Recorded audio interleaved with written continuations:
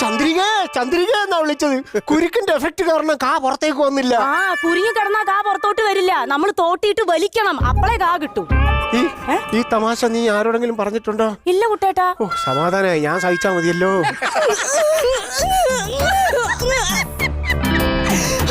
ഇതുവരെ സഹിക്കാണല്ലേ. എന്റെ സ്നേഹം എന്താന്ന് കുട്ടേട്ടന് മനസ്സിലായി. അറിയാം, സ്നേഹം കൊണ്ടെന്ന് എനിക്കറിയാം. അതുകൊണ്ടാണല്ലോ ഞാൻ വീണ സ്ഥലത്ത് എന്റെ പാദസ്പർശമേറ്റ മണ്ണ് വാരി കവറിനകത്ത് സൂക്ഷിച്ചു വെച്ചേക്കുന്നത്. അയ്യോ അത് അതുകൊണ്ടൊന്നല്ല. ഞാൻ 2 ദിവസം മുമ്പ് അവിടെ ചീരവെത്ത് ഭാവി ഉണ്ടായിരുന്നു.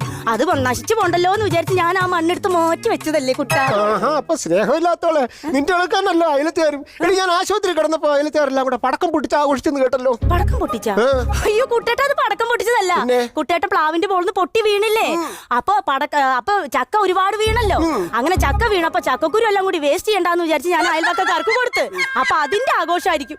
പക്ഷെ ഞാനൊരു കാര്യം പറയട്ടെ, ആ ചക്കയെന്ന് ഞാനൊരു